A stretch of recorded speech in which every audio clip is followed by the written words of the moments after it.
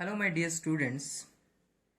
Today we are going to take another step in making revaluation account questions, or you can say admission of partnership chapter. That we are going to do treatment of reserves and accumulated profit or losses in this chapter, which means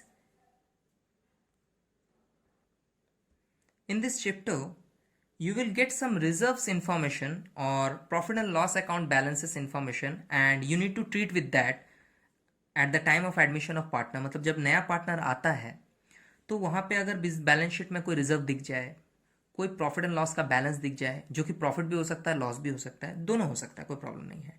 इन सब का एक treatment करना पड़ता है.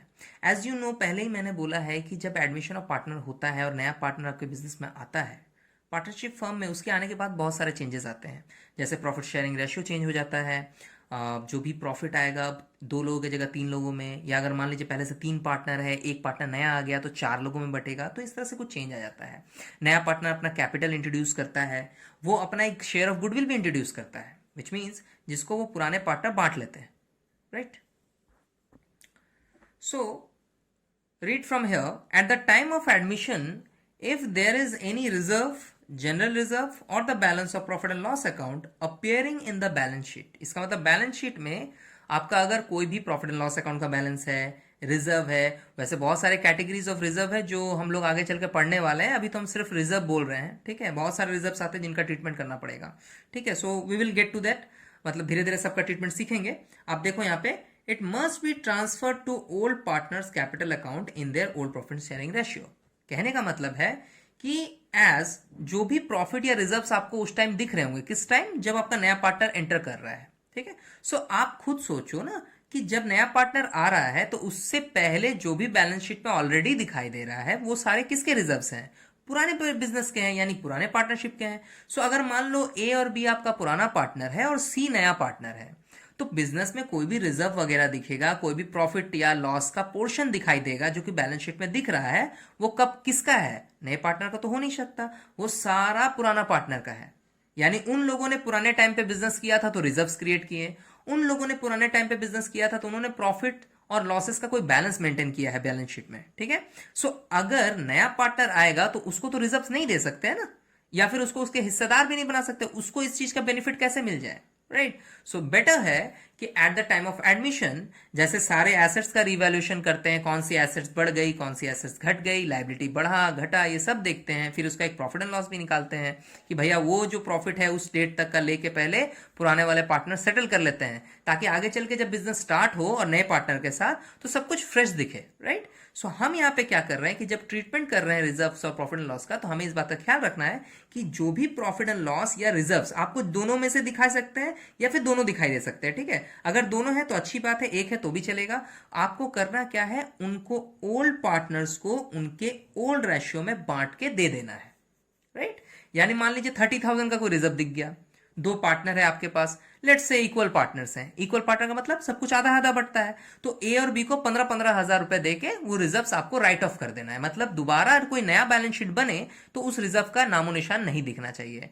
कोई भी नया reserve होगा तो आप नए तरीके से बनाएंगे, नए प्रॉफिट के साथ. ओके.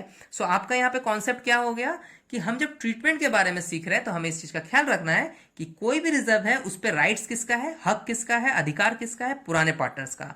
वो अपने अपने अकाउंट में उनको ट्रांसफर करवा लेंगे. यानी इसको हम बेटर वे में बोले तो जितने भी रिजर्व्स वगैरह आपको दिख जाएंगे उनको ओल्ड पार्टनर में ओल्ड रेशियो से आप पहले वर्किंग नोट में कैलकुलेशन कर लेना और उनको फिर वो प्रोवाइड कर देना, यानी पार्टनर्स कैपिटल के क्रेडिट में उनको ट्रांसफर करवा देना. राइट. चलो अब हम इसके लिए क्या करेंगे, धीरे धीरे सम्स को देखेंगे कि कौन से अकाउंटिंग सम्स या क्या क्या सिचुएशन आ सकता है जिसमें हम रिजर्व्स को अलग अलग तरीके से हम लोग ट्रीटमेंट करते हैं.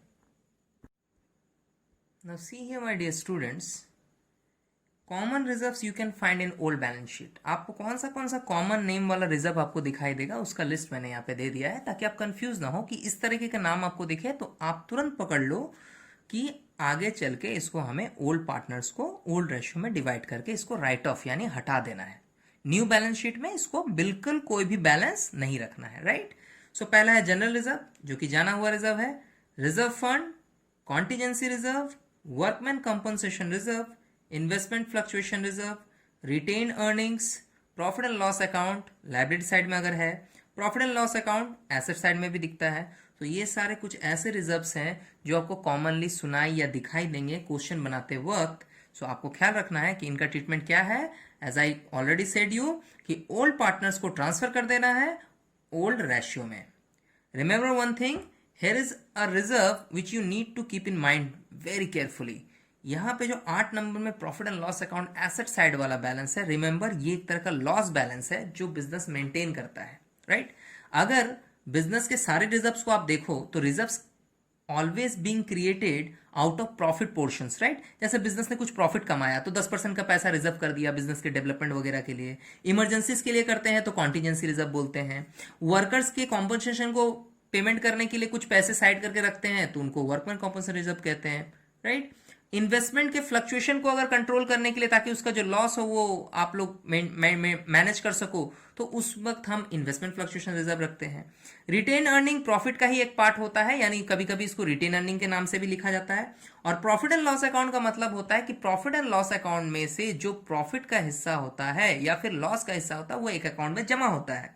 वहीं से जो पार्टनर्स हैं यानी जो बिजनेस के ओनर्स हैं, चूंकि ये पार्टनरशिप बिजनेस का हम क्वेश्चन बना रहे हैं तो ओनर कौन होंगे, पार्टनर्स होंगे, वो विदड्रॉ करते हैं। लेकिन यहाँ पे एक प्रॉफिट एंड लॉस अकाउंट का बैलेंस और है जो एसेट की तरफ अगर दिख जाए तो आप समझ लेना यहाँ पे सिर्फ और सिर्फ लॉस दिखाई दे रहा है। तो एज बिजनेस के जो मालिक होते हैं सारी चीजों के मालिक होते हैं, राइट। सो प्रॉफिट मिलेगा तो उनको लॉस भी तो मिलेगा, राइट ना। सो ओल्ड पार्टनर को जिस तरह से हम बोलेंगे कि सारा रिजर्व बांटोगे, उसी तरह लॉस को भी बांटेंगे, ठीक है। चलिए अब हम आगे बढ़ते हैं। Now see here my dear students, I am going to show you the journal entry which you need to make when you are going to distribute the reserve। जब आप रिजर्व बांटने वाले रहोगे ना तो आपको कौन सी एंट्री करनी है। देखो, for distributing reserve and accumulate profit, यानी अगर आपके सारे रिजर्व और प्रॉफिट कुछ होता है तो अल्टीमेटली हम क्या करते हैं, रिजर्व अकाउंट को डेबिट करते हैं, चाहे कोई भी हो, general reserve, reserve fund, profit and loss account, जिसका क्रेडिट बैलेंस यानी लाइबिलिटी वाला बैलेंस अगर होता है तो उसको हम यहाँ पे लिखते हैं डेबिट साइड में टू ओल्ड पार्टनर कैपिटल और करंट अकाउंट। अगर फिक्स कैपिटल की बात हो रही है तो करंट अकाउंट यूज करेंगे, नॉर्मली कुछ नहीं बोल रहा है या फिर कैपिटल अकाउंट मेंटेन हो रहा है तो कैपिटल अकाउंट यूज करेंगे। मतलब जितने भी रिजर्व्स हैं उनको आप डेबिट करोगे और ओल्ड पार्टनर का कैपिटल अकाउंट आप कर दोगे credit, okay. Now see here, अब चूंकि हम सारा बात रिजर्व्स और प्रॉफिट का ही कर रहे हैं तो कुछ लॉस की भी बात कर लेते हैं।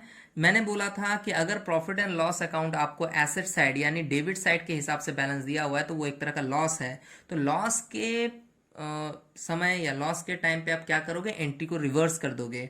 नॉर्मली एंट्री हो रहा था कि any type of reserve account debit, कोई भी रिजर्व ले लो उसको डेबिट में करेंगे, ओल्ड पार्टनर्स कैपिटल अकाउंट को कर देंगे क्रेडिट। अब इसके जगह पे हमें क्या करना है कि ओल्ड पार्टनर कैपिटल अकाउंट को कर देंगे डेबिट, बिल्कुल उल्टा, और कितने जो भी प्रॉफिट एंड लॉस अकाउंट के डेबिट यानी जो लॉस वाला बैलेंस है उसको कर देंगे credit. But remember that you are going to find some new names over here, जैसे एडवर्टीजमेंट सस्पेंस बोल के एक नाम है, डेफर्ड रेवेन्यू एक्सपेंडिचर बोल के एक नाम है। सो इस तरह के नाम, वैसे डेफर्ड रेवेन्यू एक्सपेंडिचर में आपको एक ही दो एक्सपेंडिचर सुनाई देंगे, एक होता है मिसलेनियस एक्सपेंडिचर, एक होता है प्रिलिमिनरी एक्सपेंसेस। अगर इन दोनों में से कोई आपको दिख जाए तो वो भी पार्टनर्स को आप हटा दे के, मतलब जो ओल्ड रेशियो है उसमें डिस्ट्रीब्यूट करके आप राइट ऑफ कर दोगे, हटा दोगे, वो बैलेंस शीट में दिखाई नहीं देना चाहिए, right. Now my dear students, I am going to show you a question for example. In illustration 34 of my book, it says that Leela and Meeta were partners in a firm sharing profit and losses in the ratio of 5:3। हमारे पास दो partner है लीला and मीता जिनका ratio कितना है 5:3, which means 5/8, 3/8। On 1st April 2014 they admitted Om as a new partner। ओम को एक नए partner के तौर पे आप एडमिट करा रहे हो यानी बिजनेस में एंटर करा रहे हो। On the date of Om's admission the balance sheet of Leela and Meeta showed a balance of 1,60,000 in general reserve and 2,40,000 credit in profit and loss account. But read it slowly with me. On the date of Om's admission, मतलब जब नया partner आ रहा है, the balance sheet of Leela and मीता, लीला मीता कौन है, हमारे पुरानी partner है, old partners.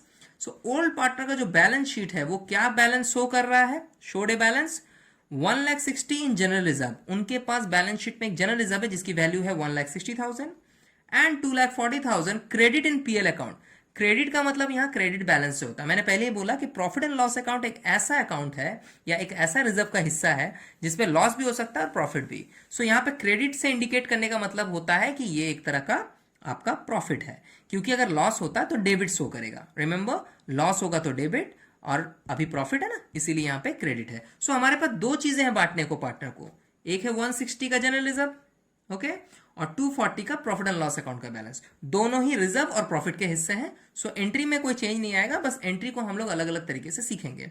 Record necessary general entry for the treatment of these items on Om's admission. The new profit sharing ratio between Leela, Meeta and Om was 5:3:2. Now, this information is useless when you are going to do this adjustments. मतलब जब आप इस तरह का adjustment कर रहे हो तो ये हमारा जो इन्फॉर्मेशन है न्यू रेशियो का, it is just to trick you, right, तुमको धोखा देने के लिए, ट्रिक करने के लिए है। यहाँ पे क्या करना है, यहाँ पे आपको इसको इग्नोर करके चलना है, क्योंकि मुझे काम किस चीज का है भैया, रिजर्व जो है वो पुराने पार्टनर के हैं तो पुराने पार्टनर्स को देंगे। अब पुराने पार्टनर क्या नया रेशियो से लेंगे? बिल्कुल नहीं, पागल है क्या, वो बिल्कुल लेंगे अपने पुराने वाले ही रेशियो से। मतलब पुराना टाइम का बिजनेस था, पुराना टाइम का रिजर्व है, तो रेशियो भी क्या चलेगा, पुराना ही चलेगा। सो जब हम इसको सॉल्व करेंगे वर्किंग नोट में, सो हम 5:3 के हिसाब से ही डिस्ट्रीब्यूशन करेंगे लीला और मीता में सारे रिजर्व्स और प्रॉफिट एंड लॉस बैलेंस का। सो माय डियर स्टूडेंट्स, पहले क्या करेंगे, पहले हम वर्किंग नोट में इसको थोड़ा सा डिवाइड करके देखेंगे, ठीक है। सबसे पहले हम करेंगे वर्किंग नोट नंबर 1, इसमें सबसे पहला डिस्ट्रीब्यूशन होगा जनरल रिजर्व का। हम यहां लिख लेते हैं जनरल रिजर्व, जिसका अमाउंट कितना था, उसका अमाउंट है 1,60,000, राइट। सो इस अमाउंट का हम लोग करेंगे अभी डिस्ट्रीब्यूशन बिटवीन जो हमारे पार्टनर्स हैं। हमारे पार्टनर्स कौन कौन है, लीला एंड मीता। हमारे पास दो ही पार्टनर है, एक है लीला, ओके, और एक है मीता। दोनों का रेशियो भी हमें अच्छी तरीके से पता है, 5:3 है, विच मीन्स 5/8 है लीला का एंड 3/8 है मीता का। The amount which is going to be distributed is 1,60,000 over here, right. So हम इसको पुट करेंगे, कितना हो जा रहा है, फर्स्ट वन यानी लीला को मिलेगा 1,00,000 rupees from the reserve and Meeta को मिलेगा 60,000 rupees from the reserve, okay. Now get back to the next one. Next one क्या है हमारा, नेक्स्ट वन हमारा है प्रॉफिट एंड लॉस अकाउंट का credit balance, which means it's a profit though, right. So हम यहां लिख लेते हैं कि हम क्या डिस्ट्रीब्यूट कर रहे हैं, प्रॉफिट एंड लॉस अकाउंट, और ब्रैकेट में आप जरूर लिखना क्रेडिट बैलेंस, राइट। और कितने का अमाउंट है, the amount is 2,40,000 which is going to be distributed between Leela and Meeta, of course. Now Leela as it is 5/8 ratio, Meeta as it is 3/8 ratio. Now 2,40,000 for Leela and 2,40,000 for Meeta, right? So the amount will be 1,50,000 for Leela. You can calculate it by your own self. I have already calculated, so I don't need to calculate it again and again to show you. आपको multiply division सब आता है, right? So the next one is 90,000. So now we get the amount that from reserve Leela will get 1,00,000, from reserve Meeta will get 60,000, from profit and loss balance Leela will get 1,50,000 and Meeta will get 90,000. किसको कितना मिलेगा हम लोगों ने calculate कर लिया है। Now we will get to the journal entry session, right. Journal entry करके हम इसको कैपिटल अकाउंट्स में ट्रांसफर भी कर देंगे। So this is our structure for journal entry, right. First entry will be the distribution of general reserve. So पहला entry हम लोग जो करेंगे वो कैसे करेंगे, I have given you the specimen of entry. किस एंट्री कैसे किया जाता है, रिजर्व्स को डेबिट करेंगे और कैपिटल अकाउंट ऑफ पार्टनर उसको क्रेडिट कर देंगे। बट रिमेंबर, अगर कोई लॉस आए तो वो एंट्री बिल्कुल रिवर्स यानी उल्टा होगा, right. So at first general reserve को हम लोग दे रहे हैं, सो एंट्री क्या होगा, एंट्री होगा general reserve account debit, right. The amount is 1,60,000, तो डेबिट में उसको आप लिख लो। Now to Leela's capital account. अगर कैपिटल अकाउंट के बारे में फिक्स वर्ड यूज किया जाए या फिर वहां पे कहीं बोल दे कि भाई करंट अकाउंट यूज करना है, सो आप यहां लीलास करंट अकाउंट लिखते हैं। फिलहाल कोई अदर इंफॉर्मेशन नहीं है, सो हम सिर्फ कैपिटल अकाउंट ही लिख रहे हैं। To Leela's capital account, to Meeta's capital account. The amount is already being given in the working note, so we will take from there 1 lakh for Leela, 60,000 for Meeta. एक narration put कर देते हैं, being the general reserve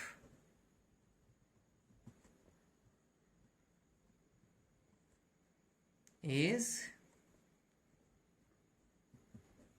transferred, आप कुछ भी लिख सकते हो, ट्रांसफर्ड लिख सकते हो, क्रेडिटेड वर्ड यूज कर सकते हो, फिलहाल मैं ट्रांसफर्ड लिख रहा हूं. Being the general reserve is transferred to old partners capital account. Right, so this is the first entry. Now the next one हमारा है प्रॉफिट एंड लॉस अकाउंट का क्रेडिट बैलेंस. सो दूसरा नंबर वाला entry भी similar ही होगा, बस reserve वहां use नहीं करना है, हमें यूज करना है प्रॉफिट एंड लॉस अकाउंट. हम लिखेंगे profit and loss account debit to, as it is like entry number 1 Leela's capital account, क्योंकि ये पैसा किसको मिलेगा, पार्टनर्स को उनके कैपिटल अकाउंट में मिलेगा, to Meeta's capital account. Right, the narration will be being the balance of profit and loss account, okay, transferred और क्रेडिटेड जो आपको लिखना है. चलिए हम ट्रांसफर्ड ही लिखते हैं, transferred to old partners capital account. अब अमाउंट पुट करते हैं. अमाउंट क्या था, लीला का था 1,50,000. You can revise the video and check it in the working note. I have just made it. Right, मैंने तो अभी तुरंत बनाया, आपको तो दिख जाएगा वहां से. सो 90,000 का आपका हो गया मीता सा कैपिटल. जो total amount profit and loss का था, यू कैन रिमेंबर कि वो 240 का था. राइट, सो यहाँ पे डिस्ट्रीब्यूशन हो गया है और हमारा जनरल एंट्री का सेशन भी खत्म हो गया है. So this is the small treatment when the reserves are given. जब आपको रिजर्व्स दिए रहेंगे, प्रॉफिट एंड लॉस अकाउंट दिए रहेंगे, तो आपको कैसे एंट्रीज करनी है. अब अकाउंट बनाना तो आपको मैं नहीं सिखा पाऊंगा अभी. क्यों, क्योंकि देखिए आगे चल के हमें एक बड़ा मैथ बनाना है जिसको हम लोग सारे रिजर्व्स के ट्रीटमेंट के साथ देखेंगे, ताकि हमें एक कंप्लीट मैथ समझ में आए कि कैसे बैलेंस शीट से चीजों को जज करके उसमें से रिजर्व्स का ट्रीटमेंट कर सकते हैं. राइट, तो राइट नाउ क्या करेंगे, राइट नाउ हम आगे चल के सीखेंगे कि और भी रिजर्व्स अगर अलग अलग टाइप के आए तो उनमें ट्रीटमेंट्स कैसा होता है. सो माय डियर स्टूडेंट्स, अब हम लोग जो रिजर्व का ट्रीटमेंट देखने वाले हैं वो है एक स्पेशल टाइप का रिजर्व जिसका नाम है वर्कमैन कंपनसेशन रिजर्व. सो ये इसका नाम हो गया वर्कमैन कंपनसेशन रिजर्व. सबसे पहले थोड़ा इस रिजर्व के बारे में जानते हैं. ये रिजर्व क्या है. This reserve is created out of firms profits to pay compensation to employees. Basically जैसा इसका नाम है, कॉम्पनसेशन, किसका कॉम्पनसेशन, वर्कमैन का. तो जैसे कि हम अगर 11th क्लास में पढ़े होंगे कि रिजर्व्स जो होते हैं वो इसलिए क्रिएट होते हैं ताकि बिजनेस में इमरजेंसीज में या फिर किसी स्पेशल सिचुएशन में मुझे बिजनेस में पहले से ही कोई फंड या रिजर्व मिल जाए. ठीक है, सो हम लोग क्या करते हैं, हर साल जो प्रॉफिट होता है उसमें से कुछ पैसा हम लोग रिजर्व करते हैं किसी पर्टिकुलर स्पेशल सिचुएशन के लिए. जैसे आप लोगों ने पढ़ा होगा कि प्रोविजन करते हैं. प्रोविजन कब करते हैं, जब डेटर्स का कोई बैड डेब्ट्स आने वाला रहता है. तो ये प्रोविजन क्यों करते हैं, बिल्कुल ऐसे ही तो नहीं करेंगे. इसका रीजन ये होता है कि उस पैसे को बचाना जो कि आगे चल के लॉस होने वाला है. क्लियर है. और वर्कमैन कंपनसेशन रिजर्व का मतलब है कि अगर आपके यहां जो एम्प्लॉयज या वर्कर्स काम कर रहे हैं, यानी जो आपके स्टाफ मेंबर्स हैं, ठीक है, अगर उनको किसी तरह का तरीके का चोट लग जाए या कोई एक्सीडेंट हो जाए और उनको कोई कंपनसेशन देना पड़े. कंपनसेशन का मतलब हो गया जिसको हम हिंदी में मुआवजा बोलते हैं. जैसे किसी का हाथ कट गया, किसी को चोट लग गया, किसी को हॉस्पिटलाइज करना पड़ा, जो ड्यूरिंग द वर्क है, मतलब आपके यहाँ काम कर रहा है, तो उसको कंपनी अपने तरफ से कॉम्पनसेशन देती है. तो कॉम्पनसेशन देने के लिए वो अचानक से जब कैश पेमेंट करेगी तो उसका कैश का रिजर्व में प्रॉब्लम आ जाएगा, कैश बैलेंस में इफेक्ट करेगा, बैंक से पैसा निकालने में भी दिक्कत होगी. उस केस में वो क्या करती है कि वर्कमैन कॉम्पोजिशन रिजर्व को पहले ही क्रिएट करती है हर साल।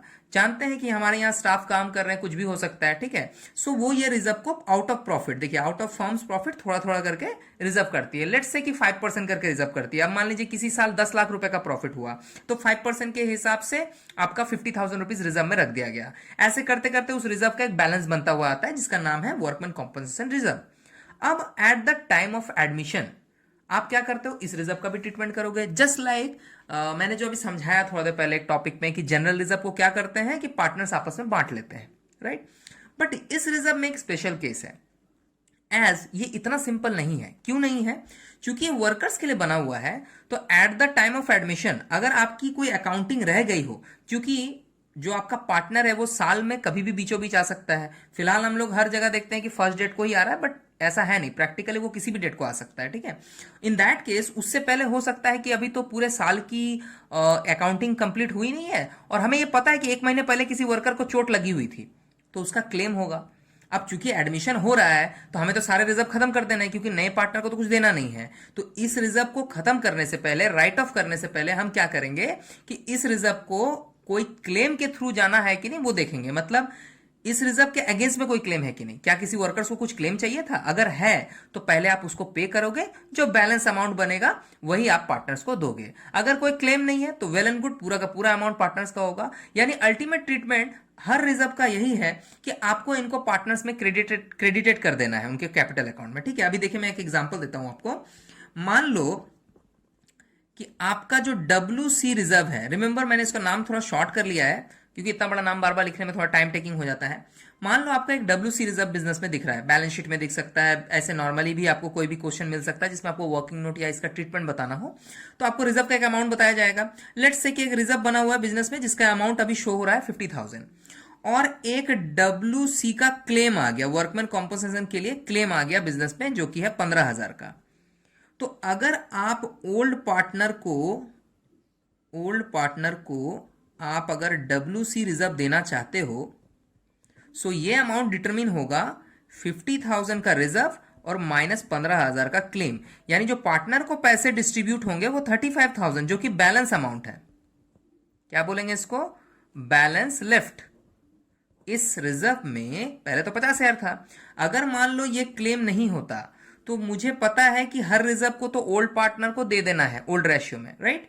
तो ओल्ड पार्टनर को ओल्ड रेशियो में देते वक्त आपको इस रिजर्व में पर्टिकुलरली क्या देखना होगा कि क्वेश्चन में किसी भी तरह का क्लेम का अमाउंट दिया हुआ है कि नहीं। अगर क्लेम है तो आप क्लेम पहले सेटल करोगे, यानी डिडक्ट कर दोगे, और उसके बाद जो अमाउंट बचेगा वो बैलेंस हो जाएगा। इस बैलेंस को आप क्या करोगे? ओल्ड पार्टनर्स को प्रोवाइड करोगे, ठीक है। बड़ा सिंपल सा ट्रीटमेंट है। अब इसमें कुछ बहुत सारे केसेस होते हैं जो हमें चल के आगे देखने हैं, ठीक है। सी हियर माय स्टूडेंट्स, मैंने एक क्वेश्चन लिया है बुक से। क्वेश्चन ये बोलता है कि ABC are partner in a firm sharing profit and losses in the ratio of 2:2:1। They admitted D for 1/4 share with effect from 1 April 2017।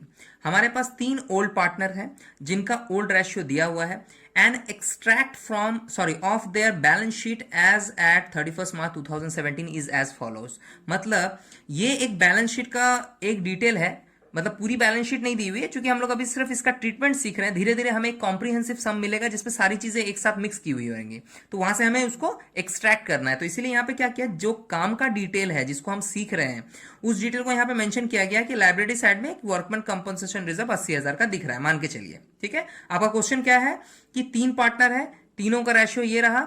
अभी नए पार्टनर की जरूरत नहीं पड़ेगी क्योंकि हम तो जानते हैं रिजर्व सारे ओल्ड पार्टनर में बटेंगे। सो नए पार्टनर का डिटेल हमारे यहाँ पे यूजलेस है, राइट।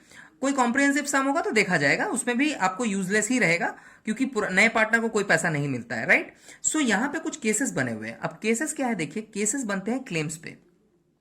जैसे हमारा केस 1 बोलता है if there is no other information, यानी अगर क्वेश्चन आपको कोई इंफॉर्मेशन ही नहीं दे रहा है, बस बता रहा रिजर्व है और कुछ नहीं पता, ना क्लेम का पता ना क्या करना है वो पता, तो आप क्या करोगे। केस 2 में if a claim for workman compensation is estimated at 50,000, यानी 80,000 का रिजर्व है, यानी available balance to settle a claim. एक क्लेम को सेटल करने के लिए, यानी एक क्लेम को पेमेंट करने के लिए आपके पास कितने का रिजर्व पड़ा हुआ है? 80,000।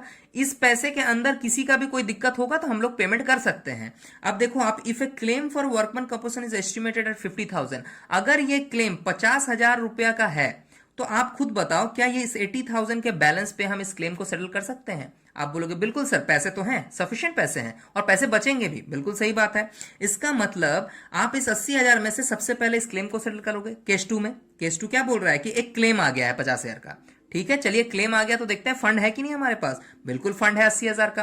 तो हम पहले क्या करेंगे, जैसा कि मैंने अभी थोड़ी देर पहले एग्जांपल में एक्सप्लेन किया कि पार्टनर्स को तो वैसे भी रिजर्व दे देते हैं, क्योंकि ओल्ड पार्टनर्स का इस पर हक है, नए पार्टनर को तो देना होता नहीं है, इसलिए हम इसको बांट के यानी डिस्ट्रीब्यूट करेंगे ओल्ड रेशियो में और इसको राइट ऑफ कर देते हैं। मतलब इसको बिजनेस में दोबारा इसको दिखाना नहीं है। अब नई तरीके से जब नए पार्टनर के साथ बिजनेस स्टार्ट होगा, नए रिजर्व क्रिएट होंगे, तो उन पे तीनों का हक होगा। क्लियर है? बढ़िया से मेरी पॉइंट्स को सुनो। तो 80,000 में से 50,000 का क्लेम अगर आप डिडक्ट कर दोगे तो आपके हिसाब से कितने पैसे बचने चाहिए अभी भी? 30,000 रुपीज। तो 30,000 यानी 30,000 रुपया आप old partners which means A, B and C को इस रेशियो में 2:2:1 रेशियो में प्रोवाइड करोगे। ठीक है, आगे बढ़ते हैं।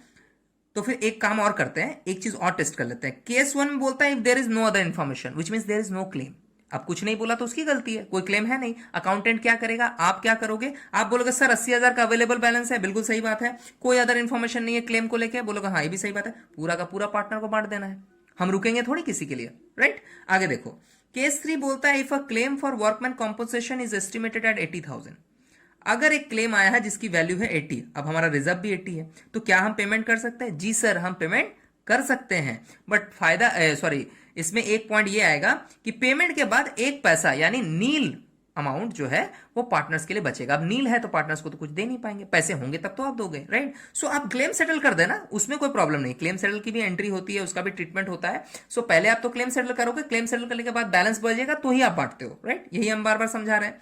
सो क्लेम कुछ बच नहीं रहा है, सॉरी रिजर्व कुछ बच नहीं रहा है। 80 में 80 जाएगा, सीधे 0 हो जाएगा बैलेंस, यानी रिजर्व में एक पैसा भी नहीं पड़ा हुआ है। सो पार्टनर्स को यहां पे कुछ नहीं मिलेगा। केस 3 में पार्टनर्स को कुछ नहीं देना है। क्लियर हो गया? केस 4 देखिए, हम आपको मेंटली प्रिपेयर करें कि क्वेश्चन में कैसे कैसे आपको थॉट्स लाने हैं और कैसे कैसे आप पॉइंट्स को समझते हुए आगे बढ़ोगे। उसके बाद हम लोग तो इसको प्रैक्टिकली सॉल्व भी करेंगे, डोंट वरी, राइट।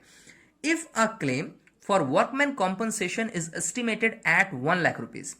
अब देखो ये पॉइंट थोड़ा सा क्रूशियल है और थोड़ा सा कॉम्प्लिकेटेड है, बट नो डाउट ये भी आपको समझ में आ जाएगा। देखिए क्या करना है, मेरे पास पैसे देने के लिए कितने पड़े हुए हैं? 80,000 रुपीज।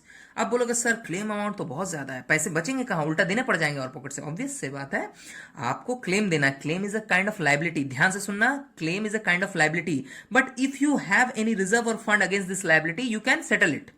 आप इसको सेटल कर सकते हो, लेकिन 80,000 के अगेंस्ट में 1 लाख रुपीज कैसे पेमेंट करोगे? बिल्कुल नहीं कर पाओगे। लेकिन भैया एक बात तो है, 80,000 तो दे सकते हैं ना, यानी पॉकेट में 80,000 रुपए हैं और किसी को 1 लाख रुपए देने हैं, आप ये मान के चलो, तो आप 80,000 तो दे पाओगे। कितना नहीं दे पाओगे? How much amount you cannot pay और you are not able to pay, वो है 20,000 रुपया, 20,000 रुपीज। आप चेक करो, रिजर्व है 80, 1 लाख का क्लेम आ गया तो 1 लाख देना पड़ेगा, लेकिन अभी कितना रिजर्व है मेरे पास देने के लिए पैसे? 80,000 रुपीज। सो 80,000 रुपीज देने के बाद यहां पे 20,000 रुपीज बचेंगे, जो कि फिर भी क्लेम का ही होगा, मैंने अभी भी उस पैसे को पेमेंट करना है। सो इन दैट केस वो एक लाइबिलिटी की तरह बिजनेस में पड़ा हुआ रह जाएगा। सो ये हो गया हमारे चारों केसेस का ट्रीटमेंट, जो मैंने थ्योरेटिकली आपको समझा दिया। अब हम क्या करेंगे, इसको प्रैक्टिकली सॉल्व करेंगे, कैसे किसकी जनरल एंट्री होती है, कैसा किसका वर्किंग नोट होता है, वो हम समझाते हुए जाएंगे केस 1 बाय 1 करके। ठीक है, 1 बाय 1 केस लेंगे और उसको उस हिसाब से सॉल्व करेंगे। आप लोग काइंडली इस क्वेश्चन को एक बार पहले आप कॉपी में वीडियो को पॉज करके नोट कर लीजिए। इससे क्या होगा, एक ही पर्टिकुलर क्वेश्चन में आपको सारे केसेस प्रैक्टिस करने के लिए मिल जाएंगे और सबकी जनरलिटी मैं बता दूंगा, बड़े आराम से आप सीख जाओगे, right. So note it down and wait for the solution. अब देखिए स्टूडेंट्स, सबसे पहली बात क्या है, सबसे पहले जो हमारा केस है वो ये बोलता है कि हमारे पास रिजर्व अमाउंट है बट क्लेम के लिए कोई इंफॉर्मेशन नहीं है, which means in other words कि आपके पास कोई क्लेम है ही नहीं, राइट। अब जब क्लेम नहीं होगा तो आप क्या करोगे, सॉल्यूशन के तौर पे आप देखो, सॉल्यूशन और ट्रीटमेंट आप जो बोलो इसको, ठीक है। सॉल्यूशन क्या होगा, सॉल्यूशन ये होगा the whole amount of WC reserve, जो कि कितना है 80,000 ना, okay, will be divided between old partner sorry 3 partner है, in their old ratio. This is the solution. अब इसको हम अकाउंटिंग ट्रीटमेंट में ढालेंगे। सबसे पहली बात हमें यह चेक करना है कि क्लेम अमाउंट तो है नहीं, तो फिर हम कितना डालेंगे? तो मैंने क्या बोला कि 80,000 आपको पेमेंट करना है यानी डिस्ट्रीब्यूट करना है। तो पहले हम क्या करेंगे, एक छोटा सा वर्किंग नोट करेंगे। सबसे पहले कर रहे हैं डिवीजन। डिवीजन का मतलब हम पैसों को बांटेंगे। सबसे पहली बात, ए बी एंड सी, हमारे पास 2 पार्टनर है, ठीक है, सॉरी 3 पार्टनर है। तीनों पार्टनर के रेशियो क्या थे? रेशियो थे 2:2:1, ठीक है। एक काम करता हूं, मैं इसको क्वेश्चन में यहाँ पे ऐड भी करता हूं, आगे भी चल के मैं क्वेश्चंस में इसको ऐड करते हुए चलूंगा ताकि सब कुछ सामने दिख जाए। आपका जो रेशियो क्वेश्चन में गिवन था वो 2:2:1 का था, राइट। अब आपको क्वेश्चन को देख के समझने में बहुत ईजी होगा। आप देख लो यहाँ पे मैंने रेशियो मेंशन किया हुआ है। अब इस रेशियो को यहाँ पे लीजिए 2 to 4 and 5, which means 2/5, 2/5 and 1/5. Now the amount which is going to be distributed is 80,000. आपको 80,000 का अमाउंट क्या करना है? डिस्ट्रीब्यूट करना है। क्लियर है? सो कितना कितना अमाउंट जाएगा? 32,000 ए को मिलेगा, ठीक है, 32,000 अगेन बी को मिलेगा as the ratio is same. C का 1/5 है विच मीन्स 16,000 का डिस्ट्रीब्यूशन होगा। And remember one thing my dear students, आप लोग इस डिस्ट्रीब्यूटेड अमाउंट को टोटल करके इस अमाउंट से मैच जरूर करना। कभी कभी क्या होता है कैलकुलेशन में जरा सा एक स्लाइट मिस्टेक होने की वजह से आपका इसका टोटल इससे कभी कभी मैच नहीं करेगा। उसका मतलब क्या है, आपने इक्वली बढ़िया से डिस्ट्रीब्यूट नहीं किया अकॉर्डिंग टू द रेशियो। सो आप इसको ऐड करके देखना, 32 and 32 64, 64 and 16 होता है 80। So there is no confusion about it कि हम लोगों ने कुछ गलत कैलकुलेशन या गलत डिवीजन किया हुआ है। सो ये अमाउंट्स हमें एंट्री में मेंशन करने हैं कि कैसे कैसे पार्टनर को मिलेगा। Now get to the general entry part. Now my dear students, see this entry. Date यहाँ पे मेंशन तो था ही, मैं डेट को भी मेंशन कर देता हूँ। डेट हमारा है 1 अप्रैल 2017। हम लोग यहाँ पे डेट मेंशन कर देते हैं, okay, 2017 and April 1, right. So April 1 को पार्टनर आ रहा है, उसी दिन हम लोग रिजर्व्स वगैरह बांट के एकदम राइट ऑफ कर दे रहे हैं, बिजनेस का अकाउंट सेटल कर दे रहे हैं, तो अच्छी बात है। एंट्री क्या करेंगे? सबसे बड़ा क्वेश्चन एंट्री के लिए, सबसे बड़ा क्वेश्चन आपका यही रहेगा कि अगर आप ये देख रहे हो कि कोई रिजर्व आपको पार्टनर्स को ट्रांसफर करना है तो पार्टनर्स के कैपिटल अकाउंट तो हमेशा क्रेडिट में ही होने चाहिए, क्योंकि उनको बेनिफिट मिल रहा है, उनके अमाउंट्स बढ़ेंगे कैपिटल में, राइट। इस चीज का लॉजिक को आप समझ के चलना, कभी भी डेबिट क्रेडिट लेके तो आपको कंफ्यूजन नहीं होगा। अब आप देखो, चूंकि आपने रिजर्व बांटना है तो रिजर्व को आप रखो डेबिट में। आप लिखोगे वर्कमैन कॉम्पनसेशन, ओके, बहुत बड़ा नेम है, आप चाहो तो WC रिजर्व लिख सकते हो, but in exam point of view आप क्या करोगे, इसका पूरा नेम ही मेंशन करना, ठीक है। Workman compensation reserve account debit to, अब हमारे पास 3 पार्टनर है। क्वेश्चन में करंट अकाउंट मेंशन होगा तो करंट अकाउंट से यूज कीजिएगा, कैपिटल अकाउंट मेंशन होगा तो कैपिटल अकाउंट को यूज करना है, बट पैसे तो बांटना ही है। सो लिखेंगे to A's capital account, to B's capital account, to C's capital account, right. अब आपको अमाउंट कितना देना है? वर्कमैन कॉम्पनसेशन जो आपका फुल अमाउंट था वो था 80,000, राइट। ए को मिलेगा 32,000 as I calculated before, B को भी 30,000 मिलेगा एज आई कैलकुलेटेड बिफोर, और सी का जो शेयर है वो 16,000 का है, विच मीन्स तीनों को हम इस तरह से पार्टनर्स कैपिटल में डिस्ट्रीब्यूट कर देंगे और उनको ये अपना शेयर मिल जाएगा। अगर आप कोई नरेशन मेंशन करना चाहो तो आप ऐसे कर सकते हो, being WC reserve credited to old partners capital account, right. So ये हमारा हो गया एक कंप्लीट जनरल एंट्री रिजर्व को ट्रांसफर। अब आपको थोड़ा सा आइडिया हो जाएगा कि हम WC रिजर्व को ट्रांसफर कैसे करते हैं। आपको मैं एक पुराना एंट्री यहां पे दिखाना चाहता हूं, वो आप देखो। This entry is already been discuss, ये एंट्री हम लोग किया है ना, मतलब जो हमारा प्रीवियस वाला टॉपिक था जिसमें मैंने जनरल रिजर्व को बांटना सिखाया था। तो आप देख पा रहे हो कि इसमें क्या करते थे, हम रिजर्व्स को डेबिट पे रखते थे और पार्टनर्स कैपिटल, उसमें लीला और मीता बोल के एक क्वेश्चन था जिसमें 2 पार्टनर थे, इनका नाम है, और उनके कैपिटल्स को मैंने क्रिएट किया। एकदम सेम एज इट इज क्या करना है, यहां पर भी आप देखो रिजर्व वही है, नेम कुछ भी हो सकता है, ट्रीटमेंट्स कुछ भी हो सकते हैं, बट एंट्री जो है जनरल एंट्री जो आप रिजर्व को किसी पार्टनर के क्रेडिट में, मतलब उसके कैपिटल में क्रेडिट करते हो, उसकी एंट्री तो सेम ही होगी ना। मतलब वो रिजर्व जो पर्टिकुलर नाम है रिजर्व का, जनरल रिजर्व हो, कॉन्टीजेंसी रिजर्व हो, वर्कमैन कॉम्पनसेशन रिजर्व हो, या फिर कोई और रिजर्व आने वाला है, in fact the profit and loss account balance जो कि प्रॉफिट वाला होता है, उसको भी आप यहाँ डेबिट में लिखोगे और सारे पार्टनर्स कैपिटल अकाउंट को आप क्रेडिट कर दोगे। बहुत सिंपल सा कॉन्सेप्ट है। अगर मैं आपको बोलूं जनरल रिजर्व है तो आप लिखोगे general reserve account debit to सारे कैपिटल का अकाउंट। कौन सा कैपिटल, सॉरी कौन से पार्टनर्स, ओल्ड वाले पार्टनर्स, राइट। उसके बाद अगर मैं बोलूं आपको कि एक और रिजर्व आता है जो हम लोग आगे चल के सीखेंगे, that is investment fluctuation reserve, मैं बोलूंगा उसको बांटो बाबू। So what you will do कि आप वो रिजर्व का नाम दोगे और फिर पार्टनर्स कैपिटल को क्रिएट करोगे। मैंने हर हाल में जनरल में कोई चेंज नहीं है, बस वो रिजर्व का नाम चेंज होते रहता है, राइट। सो आपको क्या देखना है, आपको सिर्फ ट्रीटमेंट्स पे ज्यादा से ज्यादा ध्यान देना है। चलिए अब हम आगे बढ़ते हैं केस नंबर 2 पे। Now see my dear students, this is a case 2, right. इसमें क्या था आपको याद होगा, आप चाहो तो मैंने बोला था ना उस वक्त कि आप क्वेश्चन को नोट कर लो, इससे क्या होगा आप क्वेश्चन के साथ साथ आप आंसर और केसेस को समझ पाओगे, राइट। इसके लिए बार बार वीडियो बैक करने की जरूरत नहीं है, there is no necessary to go back, right. Now देखो WC रिजर्व कितना है, 80,000। ये तो फिक्स एक अमाउंट है जिसका डिटेल क्वेश्चन में ऑलरेडी मेंशन है। आपको केसेस किस पे बने हुए हैं, केसेस क्लेम्स पे बने हुए हैं, यानी अगर अगर अलग अलग टाइप के क्लेम्स आएंगे तो आप क्या करोगे, राइट। सो आप देखो इस बार क्लेम है। इसके पहले वाले टॉपिक यानी केस 1 में कोई क्लेम नहीं था तो हम लोगों ने पूरा का पूरा अमाउंट उठा के बांट दिया था। अब तो क्लेम आ गया, तो आप खुद बताओ ना, ये क्लेम को छोड़ देंगे क्या, बिल्कुल नहीं छोड़ेंगे। इस क्लेम को तो देने के लिए ये रिजर्व बनता है, राइट। सो सबसे पहले क्या करेंगे, सबसे पहले जिसको बाहर के पार्टी को पैसे देने हैं, यानी जिसकी लायबिलिटी हमारे ऊपर बनती है, उसको तो पहले पैसे देने पड़ेंगे ना। सो अगर आप सॉल्यूशन करोगे तो क्या करोगे, मैं लिखूंगा कि at first the claim of rupees 50,000, okay, will be settled out of WC reserve of rupees 80,000। ये हमारा फर्स्ट स्टेप है। सो इसको अगर हम वर्किंग करें, यानी जिसके लिए हम कैलकुलेशन करेंगे, सो हम क्या करेंगे कि बैलेंस कितना लेफ्ट है हमको ये निकालना पड़ेगा।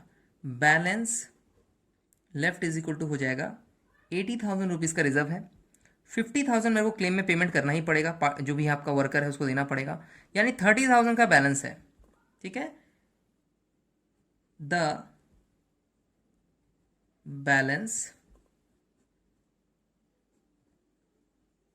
is to be divided now between old partners in their old ratio. बात को आप समझ रहे हो। सबसे पहले दिमाग में क्या आएगा, सबसे पहले कि भैया सर क्लेम है, क्लेम माने किसी वर्कर को तो पैसे देने पड़ेंगे। ठीक है सर, हमारे रिजर्व में सफिशिएंट पैसा, पहले हम उनको पैसे दे देते हैं। फर्स्ट स्टेप है पैसे को पेमेंट करना, क्लेम को पेमेंट करना। So at first the claim of 50,000 will be settled out of the WC reserve of 80,000।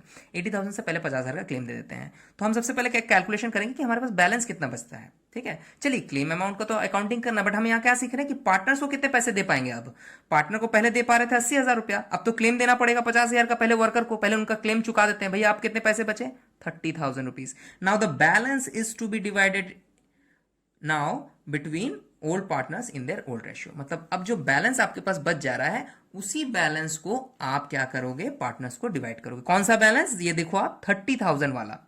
तो अब हम इसका थोड़ा सा एक वर्किंग नोट कर लेंगे, यानी जो रेशियो में डिवीजन करते हैं वो डिवीजन करेंगे, फिर हम जनरेट करेंगे।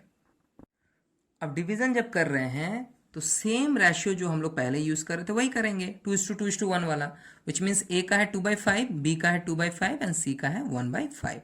Now the amount is changed क्योंकि क्लेम देना पड़ा है। So what will be the amount, amount मैंने अभी भी डिस्कस किया, अमाउंट हो जाएगा जो बैलेंस बच गया है, जो हम बांटने के लिए अब छूटा हुआ है मेरे पास, रिजर्व में जितने पैसे पड़े हुए हैं उनको बांटेंगे। सो 30,000 रुपीज का जो अमाउंट है वो आप डिस्ट्रीब्यूट करोगे, विच मीन्स कितना कितना आएगा, 12,000 रुपीज आएगा ए का बैलेंस, 12,000 अगेन आएगा बी का बैलेंस, एंड नाउ 6,000 रुपीज आएगा सी का बैलेंस। एक बार ऐड करके चेक कर लेते हैं कि 30,000 का exactly equally according to ratio आपने ठीक से डिस्ट्रीब्यूशन किया है या नहीं।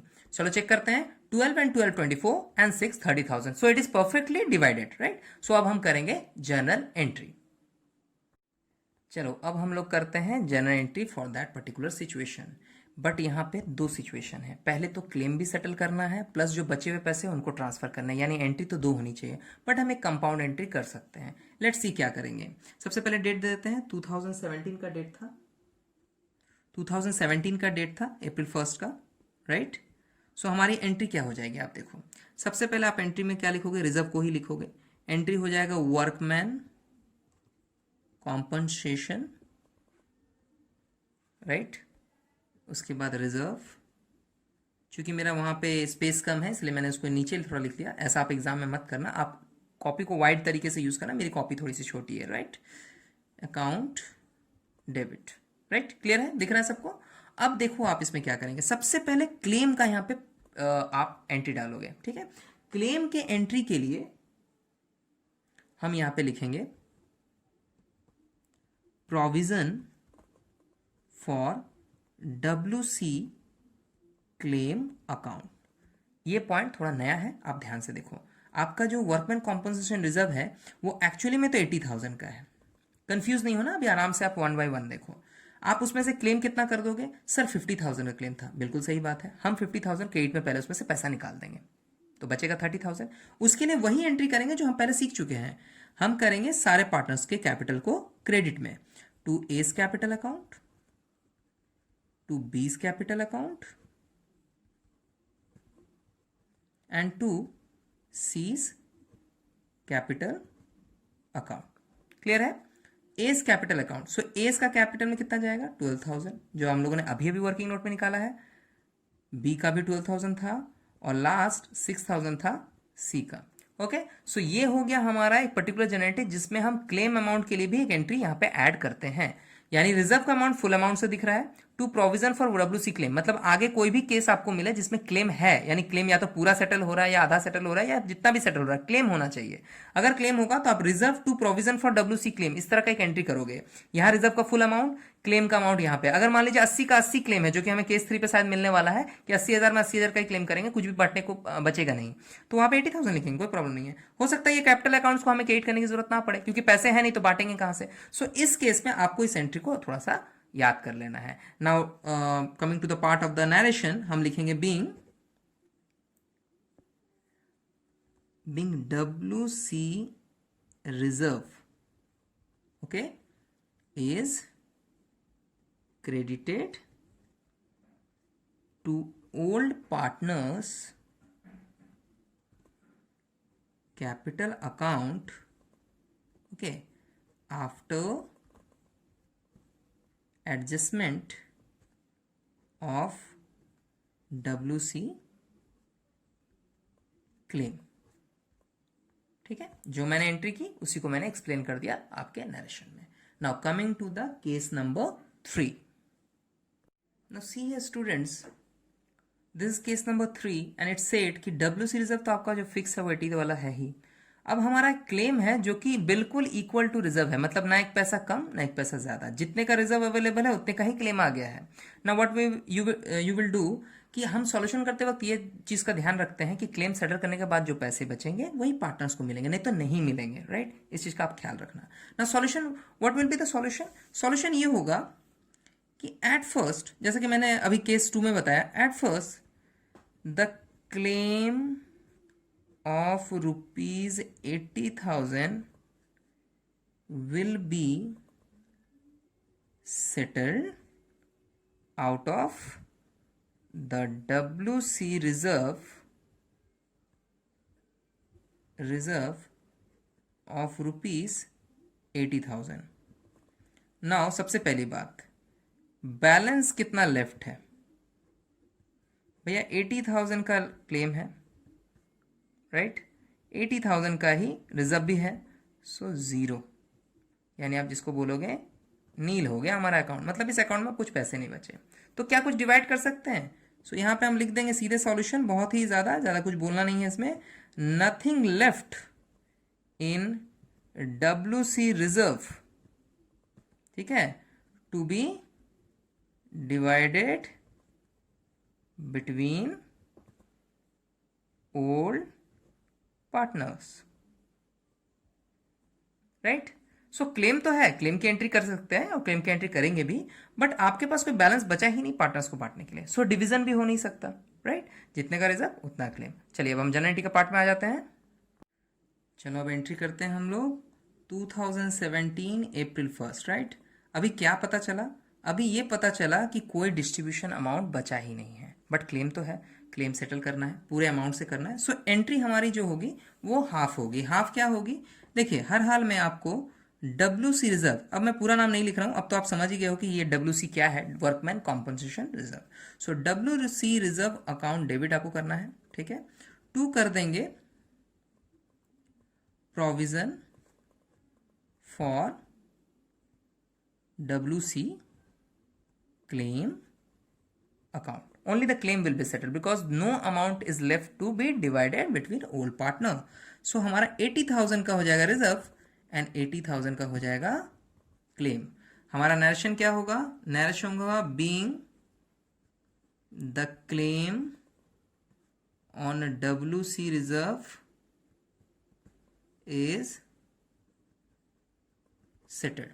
Very short and simple narration is it, okay. So आपको यहाँ पे एंट्री को इस तरह से करना है, मतलब हम लोगों ने सिर्फ क्लेम सेटलर की एंट्री की, बांटने के लिए कुछ बचा नहीं है, तो उस एंट्री को और दोबारा आगे बढ़ाने का फायदा और है भी नहीं रूल कि हम उसे आगे बढ़ाएं, ठीक है। चलिए अब हम बढ़ते हैं आगे केस 4 की तरफ। नाउ केस 4 क्या कहता है? केस 4 एक क्रूशियल और कॉम्प्लिकेटेड वन है। क्या है इसमें? यहां पर सबसे पहली बात आपको दिखेगा कि जो रिजर्व है, चलिए आपका 80,000 है, सारे डिटेल सेम है, बट यहाँ पे हमारा जो क्लेम मेंशन था क्वेश्चन में वो हमारा रिजर्व के अवेलेबल बैलेंस से ज्यादा का है, यानी पैसे कम है देने के लिए। आप ध्यान से देखो, पैसे कम है देने के लिए, बट क्लेम कितने का आ गया? उससे ज्यादा का। और ऐसा हो भी सकता है प्रैक्टिकली, ऐसा नहीं कि ये पॉसिबल नहीं है। आपको क्लेम का जो अमाउंट है कभी कभी रिजर्व से ओवर हो जाता है। सो इस सिचुएशन में हम क्या कर सकते हैं? सबसे पहली बात, आप ये मत सोचो कि सर पैसे ही नहीं देने हैं, बिल्कुल मत सोचना। कभी कभी कुछ स्टूडेंट से ये गलती हो जाती है। आप पहले ये समझो कि आपको किसी को 1 लाख रुपए देने हैं और आपके पास 80,000 है, तो सबसे पहले आप 80,000 तो दोगे उसको, राइट। तो सबसे पहला जो सॉल्यूशन आ रहा है वो क्या आ रहा है कि at first ₹80,000 will be paid out of the reserve, okay, to settle the claim of ₹1,00,000। Clear है? सबसे पहले तो हम 80,000 का पेमेंट तो बिल्कुल करेंगे, जितना पैसा है पहले वो तो ले लो, बाद में देखते हैं कितना पैसा बच रहा है, राइट। अब हम यहाँ चेक करेंगे कि बैलेंस क्या है। फिलहाल तो बाबू बैलेंस की तो कोई बात ही नहीं होगी, यहाँ बात होगा कि बैलेंस ऑफ क्लेम। सबसे पहली बात यहाँ आप इस तरह से लिखना, बैलेंस ऑफ क्लेम, नहीं तो आप कंफ्यूज कर जाओगे कि ये पैसे बांटे तो नहीं है, बांटने बिल्कुल नहीं है, बट इसका इफेक्ट तो पड़ेगा ही पार्टनर्स को। बैलेंस ऑफ क्लेम का मतलब ये है कि हमारा जो क्लेम अमाउंट है, बात को आप समझो, हमारा जो क्लेम अमाउंट है वो ग्रेटर देन हो गया है अवेलेबल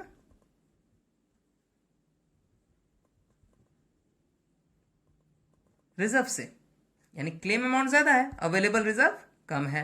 ओके, कितना हो गया भैया? क्लेम अमाउंट 1,00,000 का है, अवेलेबल रिजर्व कितने का है? 80,000 का है। विच मीन्स आपका क्या होगा कि 20,000 रुपीज का क्लेम ही लेफ्ट हो जाएगा, मतलब ये रह जाएगा, राइट। अब अगर आपका क्लेम लेफ्ट 20,000 है तो इसको तो आपको ऐसे भी पेमेंट करना ही पड़ेगा, बिजनेस की ये लाइबिलिटी बन जाएगी। इसको हम ये भी बोल सकते हैं कि ये हो गया increase in the value of liability for business.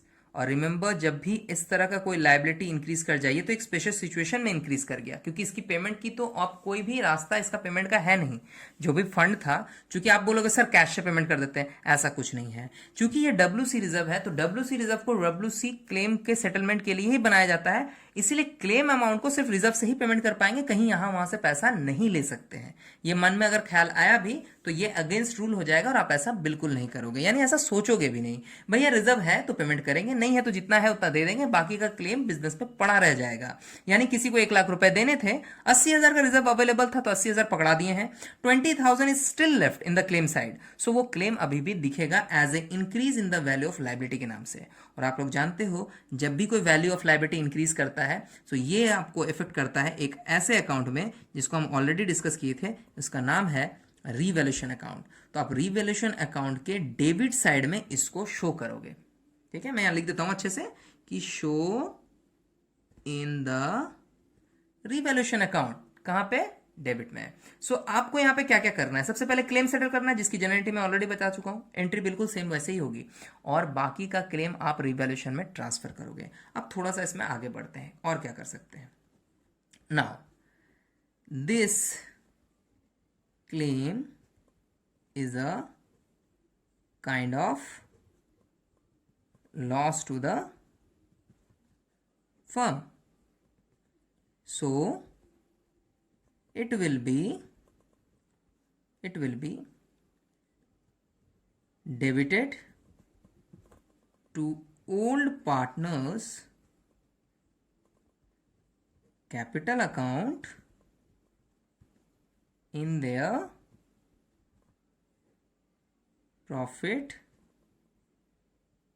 sharing ratio, in their old profit sharing ratio. Old लिखना से ज्यादा आपको क्लियर होगा. ठीक है. सो मैंने अभी अब क्या बताया, देखो यहाँ पे 3 पॉइंट है देखने को. पहला, क्लेम सेटल कर रहे हैं, जितने पैसा है उसमें कर दे रहे हैं, क्लियर हो गया. दूसरा, एक लायबिलिटी रेज हो रहा है जिसको हम रिवैल्यूएशन के डेबिट में ट्रांसफर करेंगे.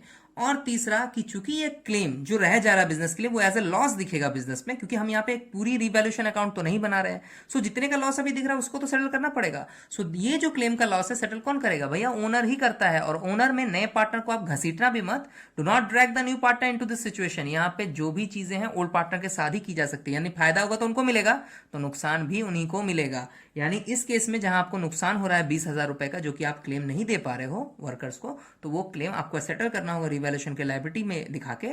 और आप इस क्लेम को बिजनेस के जितने भी ओल्ड पार्टनर्स हैं उनके कैपिटल अकाउंट में डेबिट करके सेटल करोगे, इस लॉस को एडजस्ट करोगे. राइट. अभी हम जनरल एंट्री देखेंगे. Right. Now see the journal entry. At first we will give the date. Okay, 2017 April 1st. ठीक है. सबसे पहले क्या कर रहे हैं? सबसे पहले क्लेम सेटल कर रहे हैं. राइट. सो क्लेम सेटलमेंट के लिए आपको जो एंट्री पता है, reserve to provision for claim, वही एंट्री करेंगे. सबसे पहले हम यहां लिखेंगे WC reserve, which mean workman compensation reserve. Right. We do not confuse in the name. Name में बिल्कुल कंफ्यूज नहीं होना है. WC reserve account debit to provision for WC claim account. Right. पहले आप यहां तक पहुंचो. ये हमारा कितना है? मैंने पहले भी बोला था कि जो हमारा क्लेम के लिए पैसा बचा हुआ वो हम दे सकते हैं. सो हम यहां पे 80,000 रुपया यहां पेमेंट कर देंगे. ठीक है. और हम इसी डेट को एक एंट्री और करेंगे कि इसका जो बचा हुआ क्लेम है उसको तो रिवैल्यूएशन में शो करना है. सो हम यहाँ पे एक एंट्री और करेंगे जिसका नाम होगा रिवैल्यूएशन अकाउंट डेबिट. मैंने अभी भी आपको बताया कि ये एक लायबिलिटी रेज हो जाएगा बिजनेस में, क्योंकि क्लेम बच जा रहा है, क्लेम को आप पेमेंट नहीं कर रहे हो. सो आप क्या करोगे? Revaluation to, same entry, provision for WC claim account करोगे. कितने अमाउंट से? जितना अमाउंट को आपको लॉस दिखाना है. सो 20,000 का क्लेम है. अब आप एक चीज देखो, जब भी क्लेम सेटल करते थे तो क्लेम अमाउंट को, क्लेम के जो अकाउंट है प्रोविजन फॉर WC क्लेम, उसको हमेशा क्रेडिट करते थे. यहां पे भी हम 2 पार्ट में क्रेडिट कर रहे हैं. यानी टोटल क्लेम को हम क्रेडिट कर रहे हैं, जिसमें से एक पार्ट तो यहां से एडजस्ट हो जा रहा है रिजर्व से, बट जो बाकी का है वो रिवैल्यूएशन में चला जाएगा. ठीक है. और वहां से एडजस्ट होगा. अभी फिलहाल मैं कोई नरेशन नहीं लिख रहा हूं, आप लोग पहले इस पार्ट को समझ लीजिए. अब यहां हम क्या कर रहे हैं? जो भी हमारा लॉस हुआ है वो बिजनेस में पार्टनर्स को बेयर करना पड़ता है. सो हम सारे पार्टनर्स के अकाउंट को यहां पर डेबिट करेंगे. A's capital account debit, B's capital account debit, C's capital account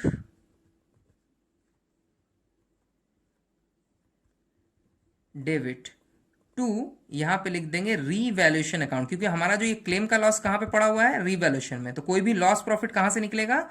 revaluation amount से, अकाउंट से. ओके. नाउ हमने कोई वर्किंग नोट नहीं किया था, तो मैं एक छोटा सा वर्किंग यहां डाल देता हूं कि हमारा जो क्लेम सेटलमेंट जो नहीं हो पाया था, ये देखो आप, रीवैल्यूएशन के 20,000 अमाउंट को. ठीक है. मैं आपको एक बार और दिखा देता हूं. यू कैन सी, देखो आप, रिवैल्यूएशन टू प्रोविजन है, ये हमारा 20,000 का जो लॉस है रिवैल्यूएशन का, उसी लॉस को यहाँ पर पार्टनर्स बियर कर लेंगे.